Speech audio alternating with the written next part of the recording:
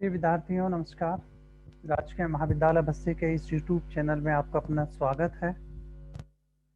विद्यार्थियों, हम पिछले वीडियो में इलास्टिसिटी ऑफ डिमांड, मांग की लोच का अध्ययन किया है और प्रारंभ में हमने ये देखा था कि मांग को प्रभावित करने वाले 3 प्रत्यक्ष चर हैं। स्वयं वस्तु की कीमत जिसको Px कहा, अन्य वस्तु की कीमत जिसको Py कहा है और उपभोक्ता की आय जिसको M या Y से व्यक्त करते हैं। अब चूंकि 3 प्रभावित करने वाले कारक हैं, फैक्टर है, निर्धारक तत्व है, तो 3 प्रकार की लोचें हुई। कीमत के कारण मांग मात्रा में होने वाले परिवर्तन को कीमत लोच के नाम से जानते हैं। अन्य वस्तु की कीमत में परिवर्तन होने पर वस्तु की मांग पर होने वाले प्रभाव को आड़ी लोच के नाम से जानते हैं और उपभोक्ता की आय में परिवर्तन होने पर मांग पर होने वाले प्रभाव को आई लोच के नाम से जानते हैं। पहला हमने कीमत लोच को लिया है। कीमत लोच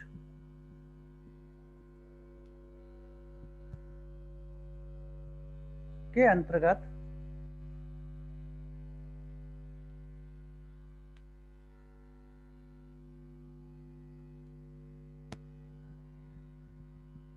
मांग की कीमत लोच एक वस्तु की कीमत के परिवर्तन से उसकी मांग पर मात्रा में उत्पन्न प्रतिक्रियात्मकता या प्रक्रिया उत्पन्न रेस्पॉन्स का माप लेती है। तो हम इसको यूं कह सकते हैं कि जैसा इसमें बताया गया है कि मांग की लोच मांग की मात्रा में आनुपातिक परिवर्तन डिवाइडेड बाई कीमत में आनुपातिक परिवर्तन। अब मांग की मात्रा में आनुपातिक परिवर्तन क्या है ये समझें।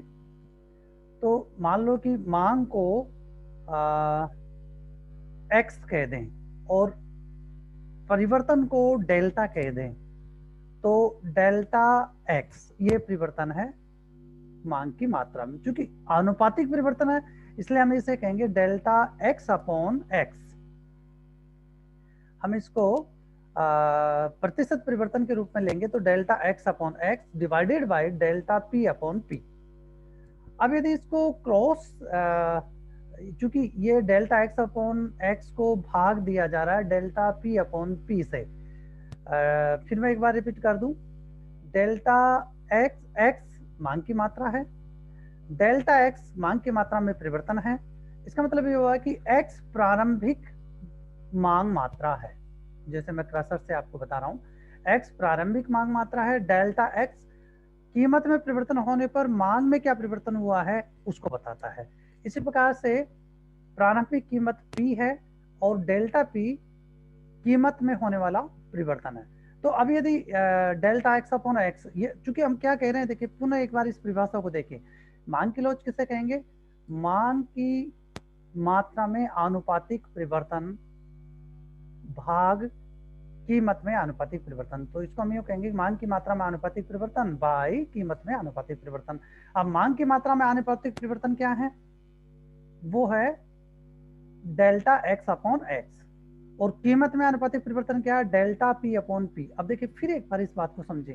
इकोनॉमिक्स में आप जितने भी इस प्रकार के बीजगणितीय सूत्र देखेंगे उसमें जिस चर में परिवर्तन, जिसके कारण परिवर्तन होता है वो नीचे होगा, मतलब उसको कहेंगे हर, और ऊपर वाले को अंश कहेंगे। तो अंग्रेजी में आप इसको खोजना कि अंश को क्या कहते हैं और हर को क्या कहते हैं, मैं आप पे छोड़ रहा हूँ। मैं आपको संकेत दे दूं, डिनोमिनेटर और नोमिनेटर दो प्रकार के शब्द होते हैं अंग्रेजी में।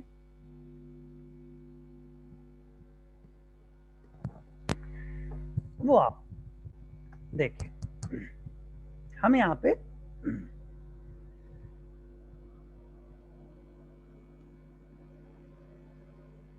कीमत में होने वाले परिवर्तन के फलस्वरूप, तो जिसमें परिवर्तन हो रहा है वो हर राशि है, और जिसमें परिवर्तन होता है वो अंश राशि है। तो यहां पर यह हुआ कि कीमत में परिवर्तन, केवल परिवर्तन की बात की जाती तो केवल डेल्टा पी था, लेकिन कीमत में आनुपातिक परिवर्तन तो डेल्टा पी अपॉन पी, और इसके कारण मांग मात्रा में होने वाले प्रभाव को डेल्टा एक्स अपॉन एक्स, यहां कहीं पे हम आगे जाकर के हम देखेंगे तो delta D x upon D x, जो भी संकेत उसमें हम देखते हैं वो हम देखेंगे।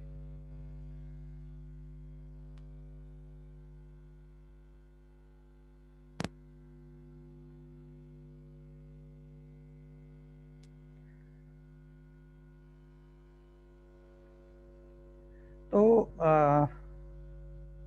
ये हमारे पास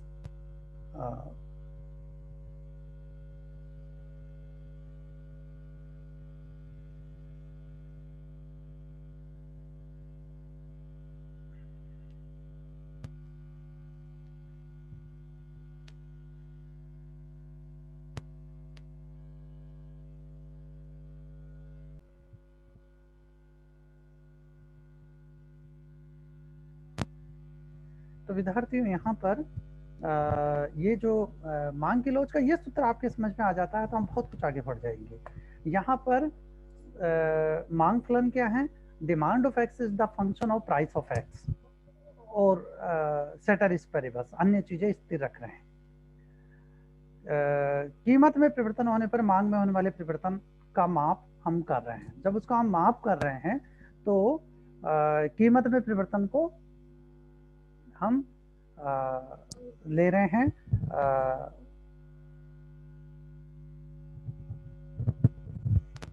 आपके लिए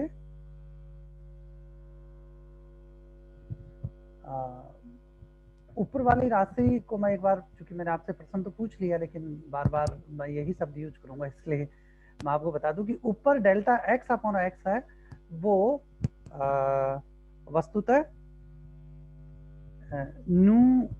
न्यूमिरेटर है, इसको अंग्रेजी में न्यूमिरेटर कहते हैं, और जिसको अंश कहते हैं। आप अंश को न्यूमिरेटर कहते हैं, एन से इसको डिवाइड करेंगे और डिनोट करेंगे। और नीचे की जो राशि है डेल्टा पी अपॉन पी, इसको हम डिनोमिनेटर कहेंगे। तो ऊपर वाली जो जिसको हम अंश कहते हैं, पार्ट कहते हैं, उसको हम न्यूमिनेटर कहेंगे, और नीचे वाली राशि है उसको डिनोमिनेटर कहेंगे। तो यहाँ पर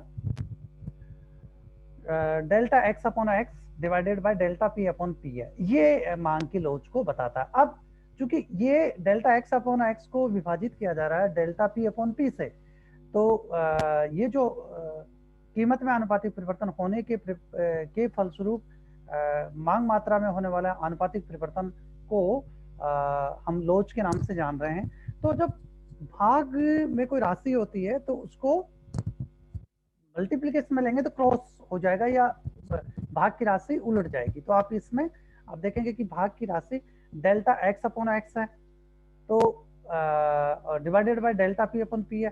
तो नीचे वाली राशि वो डेल्टा पी अपॉन पी है, delta x upon x divided by delta P upon P. तो डेल्टा पी नीचे आ जाएगी और पी ऊपर चला जाएगा, तो क्या बनेगा फिर?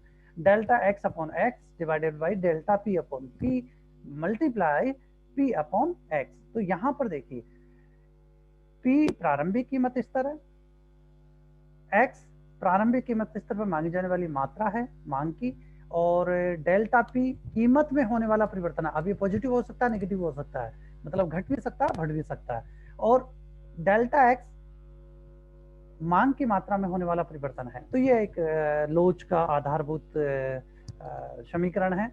ये भी आपको अच्छी तरीके से समझने की जरूरत है कि कीमत और मात्रा में विलोम संबंध होता है, इसलिए कीमत लोच एक ऋणात्मक संख्या है। अतः परस्पर हम इस सूत्र में ऋणात्मक चिन्ह को छोड़ भी देते हैं। तो आप ये देख अच्छी तरीके से समझ लें कि मांग का नियम जहाँ कीमत और मांग मात्रा के बीच में विलोम संबंध को व्यक्त करता है, बिल्कुल एग्जैक्ट यही बात है कि यहाँ पर कीमत लोच में भी मांग का नियम ही है और कीमत और मांग में एक दूसरे की विपरीत दिशा में परिवर्तन होते हैं, इसलिए जो भी वैल्यू आएगी वो ऋणात्मक आएगी। तो जो ऋणात्मक वैल्यू आएगी उसको, चूंकि ऋणात्मक है इसलिए बार बार उसको ऋणात्मक नहीं कहा जा रहा, लेकिन माइनस में नहीं कहा जा रहा, पर होता कीमत लोच हमेशा माइनस में है। तो यहाँ पर आ, जो सूत्र के रूप में आया वो minus delta x upon delta P multiple P upon x, ये हमारा सूत्र है। अब कीमत लोच के दो रूप बताए जाते हैं। पहला है मांग की निरपेक्ष लोच और दूसरा है मांग की सापेक्ष लोच। मांग के निरपेक्ष लोच के अंतर्गत डिफरेंशिएशन कैलकुलेशन से हम कर सकते हैं। यहाँ यदि इसी सूत्र की बात करें तो हम यदि ये कहें कि delta x upon delta P को ही ले रहे हैं तो ये निरपेक्ष है, ये मांग की निरपेक्ष लोच है। तो प्रोफेसर बॉल्डिंग इसको दो भागों में विभाजित करते हैं। तो एक तो मांग की निरपेक्ष लोच हुई जिसमें delta x upon delta P को ही लिया जा रहा है। दूसरा मांग की सापेक्ष लोच जिसमें delta x upon delta P multiply by P upon x, ये सूत्र हुआ। जो मांग का सापेक्ष लोच है वो सही माप करता है, गुणात्मक माप करता है। अतः साधारणतः अर्थशास्त्री निरपेक्ष लोच की अपेक्षा सापेक्ष लोच की मांग की लोच को ही श्रेष्ठ मानते हैं, क्योंकि गणितीय दृष्टि से ये अधिक सुस्पष्ट और तार्किक दृष्टि से अधिक अच्छा मेजरमेंट करता है। अब मांग के लोच को मापने की विधियां कितनी हैं? देखिए, मांग के लोच को मापने की जो विधियां हैं, पहले हम देखें कि दो प्रकार के मांग के लोच को मापने की विधियां हैं। पहला है पॉइंट इलास्टिसिटी और दूसरा आर्क इलास्टिसिटी। तो दो प्रकार के मांग के लोच को मापने की विधि है, पॉइंट इलास्टिसिटी और आर्क इलास्टिसिटी। पहला हम देखें कि पॉइंट इलास्टिसिटी किसे कहते हैं। एक तीसरा माप का होगा कुल व्यय के दृष्टिकोण, टोटल एक्सपेंडिचर और आउटले अप्रोच। तो तीन प्रकार के दृष्टिकोण बनेंगे, तीन प्रकार के मेजरमेंट है माप के। तो पहला हम देखें कि पॉइंट इलास्टिसिटी किसे कहते हैं। पॉइंट इलास्टिसिटी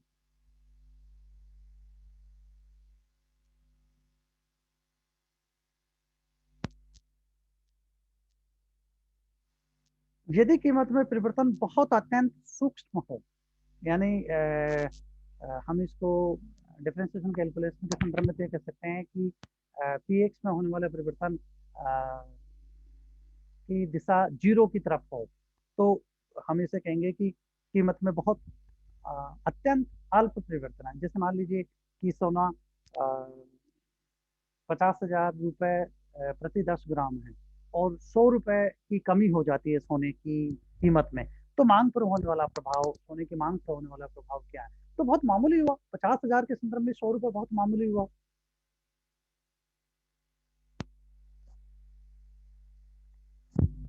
ये जो लोच है ये पॉइंट इलास्टिसिटी कहलाती है।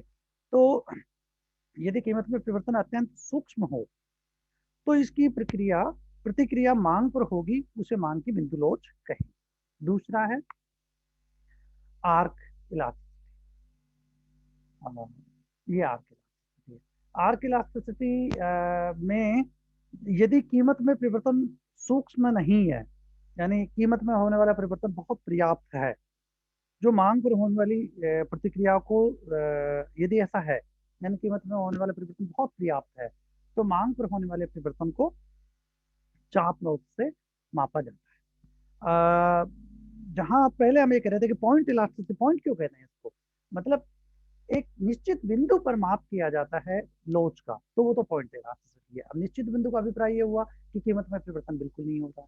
और आर्क इलास्टिसिटी में कीमत में होने वाला परिवर्तन बहुत पर्याप्त है, तो उसको दो बिंदुओं के बीच में या दो बिंदुओं के बीच का माप ले रहे हैं, तो वो आर्क इलास्टिसिटी है। अब पहले हम देखें कि पॉइंट इलास्टिसिटी किसे कहते हैं।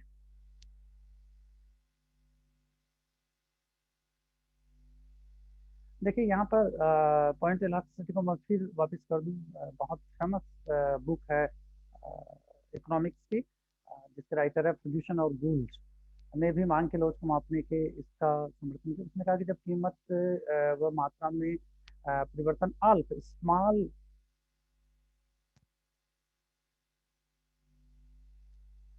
यानी ये थोड़ा ये वाला पॉइंट वो आर्क इलास्टिसिटी का बता, मांग वक्र के किसी एक बिंदु पर लोच का पता करना हो तो पॉइंट इलास्टिसिटी लिया जाता है।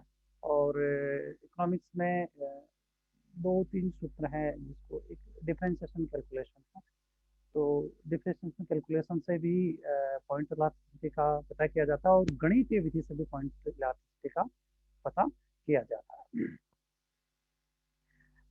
पॉइंट इलास्टिसिटी को हम पहले देखें कि पॉइंट इलास्टिसिटी को दो प्रकार से हम देख सकते हैं। मांग की बिंदु लोच को कीमत में अत्यंत सूक्ष्म या आनुपातिक परिवर्तन होने पर मांग मात्रा में आनुपातिक प्रतिक्रिया या परिवर्तन के रूप में परिभाषित किया जाता है। तो इलास्टिसिटी ऑफ डिमांड को यदि इस रूप में देखें तो दो प्रकार से हम देख सकते हैं। प्रतिशत विधि, तो प्रतिशत विधि में तो ये कहेंगे percentage change in quantity demanded divided by percentage change in prices, यानी मांग मात्रा में होने वाला परिवर्तन डिवाइडेड बाय कीमत में मांग मात्रा में प्रतिशत परिवर्तन डिवाइडेड बाय कीमत में प्रतिशत परिवर्तन, तो यह प्रतिशत विधि कहलाती है। और दूसरी एक ज्योमेत्रीय विधि है, जिसको delta x upon delta P multiply by P upon x, ये संकेतात्मक रूप से किया जाता है। अब देखिए,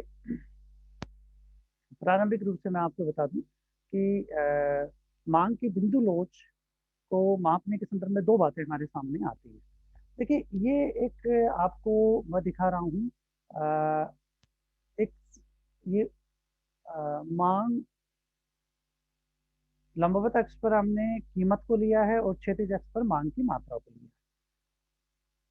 कीमत और मांग मात्रा के बीच के संबंध को जब हम जो भी उसके सूत्र से जो हमारी सारणी बनती है उसको रेखा चित्र में जब प्रेजेंट करते हैं तो एक मांग वक्र बने, और यदि वो मांग वक्र ये वाला बने एफ जी, ये एफ इंटरसेक्ट पॉइंट है वाई एक्स पर, मतलब उस पर काट रहा है। देखिए, ये एक सीधी लाइन है और इसको कोई एक दूसरी लाइन आकर के काटती है तो वो इंटरसेक्ट पॉइंट कहलाता है। तो एक्स मांग ये इंटरसेक्ट पॉइंट है वाई एक्स का। इसी प्रकार से ये जी पॉइंट एक्स एक्स का इंटरसेक्ट पॉइंट है। दोनों को मिलाने पर एफ और जी ये मांग वक्र, तो एक सीधी रेखा का मांग वक्र है। जो सीधी रेखा है उसको कहते हैं लीनियर लाइन। लीनियर लाइन सीधी रेखा, इसको गणितीय रूप से मैथमेटिकल रूप से हम ये कहेंगे कि ये लीनियर डिमांड कर्व है। और यदि डिमांड कर्व लीनियर ना होकर के गैर लीनियर है, मतलब सीधी रेखा नहीं है, वक्र बन रहा है, तो ये डी डी ये वक्र है जो गैर रेखीय मांग वक्र को बताता है।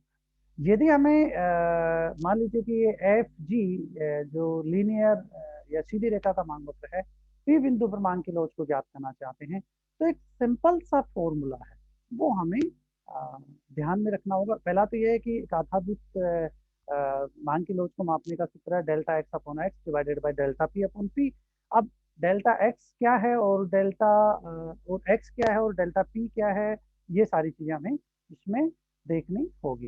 एक दूसरा तरीका और है कि बीजगणित ज्योमेट्रीय रूप से मांग वक्र का नीचे का हिस्सा, जैसे मान लीजिए कि ए पी पॉइंट पे हम मांग की लोच ज्ञात करना चाहते हैं, तो नीचे का हिस्सा हुआ पी जी और ऊपर का हिस्सा हुआ पी एफ।